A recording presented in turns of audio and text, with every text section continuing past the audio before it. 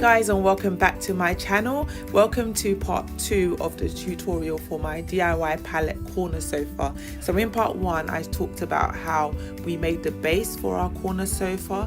If you haven't watched that video, please go ahead and click on the card that should appear at the top right of the screen right now. I'll also link to it in the description bar below.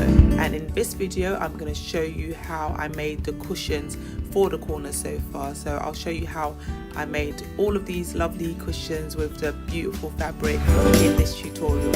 I also have a full write-up on how I actually created this pallet corner sofa on my blog www.tollyfrimpong.com. I'll link to it in the description bar below as well, so that you can get a full breakdown on all the materials that I use to make this corner sofa, and you can get a detailed breakdown and explanation word for word as to how I put this all together. So before getting into this tutorial, I'm going to need you to do something for me. Please give this video a thumbs up. Please subscribe to my channel if you haven't done so yet, and also hit the notification bell so that you know every single time I upload another video. And without further ado, I'm going to get into this tutorial for you right now.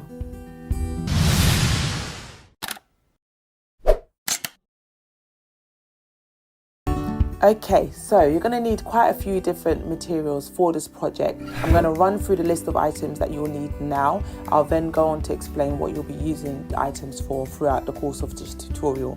But just to begin with, you're going to need the following. You're going to need MDF wood at least 6mm thick. I use MDF wood that was 3mm thick for this project, and in hindsight I definitely would have used a thicker MDF. I'll explain why later on in this tutorial. The MDF in which you will need will be cut down to the sizes of the seat and the backrest for the pallet corner sofa. So you want to measure up the bases of all the corner sofas and the backrest, and that's the size in which you'll then want to cut your MDF wood pieces down to. So you'll need MDF of those varying sizes. We purchased our MDF wood from Selco. We gave the measurements to the guy that works there, and he was able to cut it down to size for us. They only allow you to do a maximum of 3 cuts per sheet of MDF, so you just want to be careful with that in terms of the measurements that you give to them, because they can't really do too much cutting for you. But obviously if you have the tools to cut down the long sheets of MDF at home, then you want to just buy the long sheet and then cut it to size yourself. You'll need a staple gun with staples, but this staple gun needs to be a heavy duty staple gun in order for it to be strong enough to go through the MDF wood. So you'll need a strong staple gun and loads of staples. You'll need cushion filling, lots of cushion filling, and also lots of wadding. I'll give you a breakdown later on in the video of how much of the wadding and cushion filling that I use, so that you can get an idea of how much you might need to use depending on the size of the corner sofa in which you decide to make. You're of course going to need a lot of fabric in order to create these cushions. You'll also need scissors, which you're going to be using obviously to cut the fabric. So those are the items in which you'll need for this tutorial. Okay, so once you've cut down all the MDF pieces to the sizes that you need for each pallet and backrest, the next thing you need to do is proceed to actually making each seat cover. The first thing you want to do is lay out the fabric on the floor. The fabric that I used was African fabric that I've had in my house for years and years, and I finally found something that I can actually do with it. But you can use any fabric that you wish, so long as it's obviously big enough to go around the MDF. It needs to be wider and longer than the piece of wood in which you're using as the base for the sofa, otherwise you won't be able to tuck the fabric around to the bottom underneath the wood. Okay, so first thing you want to do is place your MDF on the fabric and cut around it, leaving at least 2 to 3 inches of extra fabric around all 4 sides of the MDF. You'll need that 2 to 3 inches in order to be able to tuck the fabric over the MDF later on in the process. So once you've cut down the fabric, you can now remove the MDF piece of wood and then grab the wadding. Once you grab the wadding, take the wadding and place it on top of the fabric, and you need to cut down the wadding to the size of the fabric. Now the wadding that I had wasn't as thick as the fabric, so I had to do it in 2 stages. So I had 2 sheets of wadding on each cushion as opposed to just having one big massive piece of wadding, but it's fine, you couldn't notice in the end product anyway. The purpose of adding the wadding between the cushion filling and the fabric is it makes it more smoother and gives it more of an even finish, which you'll see later on in the tutorial when I flip over the cushion. So this was the fun part of the tutorial, and I really enjoyed this part. I don't know why I enjoyed it. I find it so therapeutic actually, adding all the cushion filling to the sofa. So at this stage, this is where you pour all the filling on top of the wadding and try and give it as even a distribution as you can so that it goes across the whole pallet, and you don't have, for example, the left side being more thicker than the right side. Try and balance it out, distribute it evenly by like pulling the cotton apart and stretching it so that it goes across the whole surface area of the cushion. I used approximately 1 kilogram of cushion filling for each of the pallet seats, but if I was to do it again, I would use a lot more cushion filling to make it a lot thicker. So I would recommend you use 1.5 to 2 kilograms of cushion filling for each of the sofa pallets to make it thicker, more padded and a lot more comfortable. I mean, my one is comfortable enough, but I think it would be even more comfortable if it was a thicker seat. For the backrest, I used about 0.75 kilograms of cushion filling, but again, I'd recommend you use a lot more. I'd say use about 1.5 kgs of filling for the backrest for the same reason as I mentioned previously, just to make it a lot more comfortable, a lot more thicker.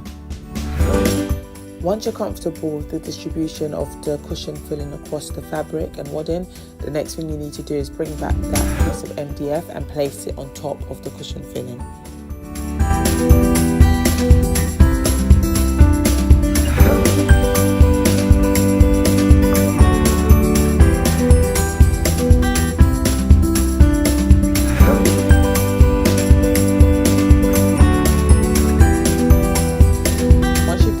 Begin to fold the fabric and the wadding over the MDF and then staple along each side, leaving about 2 inches gap between each staple, or just as many as you think necessary to make sure it's secure and that the cushion filling doesn't start to come out.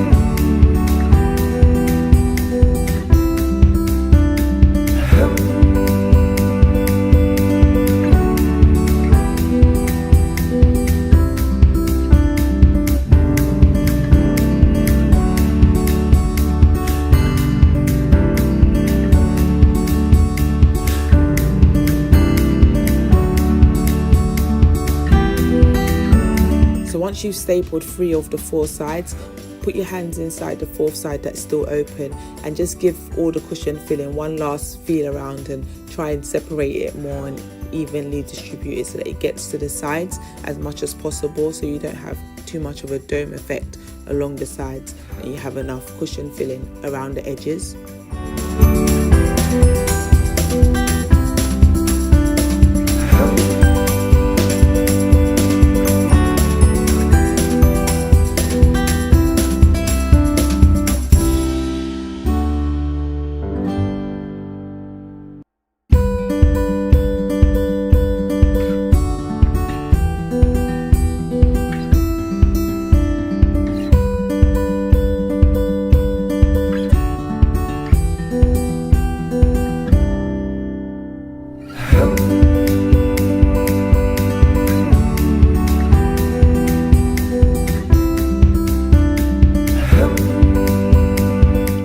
happy with the distribution, go ahead and staple down that fourth side, and then that will be it. Flip over your cushion and admire your results. So my heart actually sunk at this stage when I realized that I had actually used the wrong side of the fabric and the sticker was showing, and that sticker is a nightmare to remove from the fabric. So just make sure you don't make that mistake that I make if you have similar fabric that has a sticker or any kind of label on it. Make sure you put the label on the inside so that the wadding is on top of it instead of facing the floor, because you end up having the result that I had. So you want to go ahead and repeat this process for all of your seat covers and all of your backrests, and then that will be it.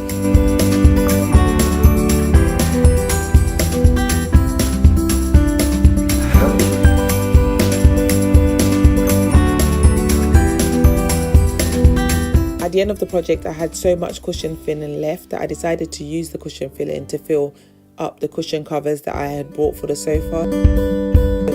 So this is just some footage of me filling up the cushion covers with some of the cushion filling that I had. Obviously, the ideal situation, it would be better if I had the actual inserts, so that I filled up the inserts before putting them in the cushion, because this is going to be a nightmare when it comes time to cleaning them or changing them. But I was just being lazy and I didn't want to order more things online, so I just worked with what I had left.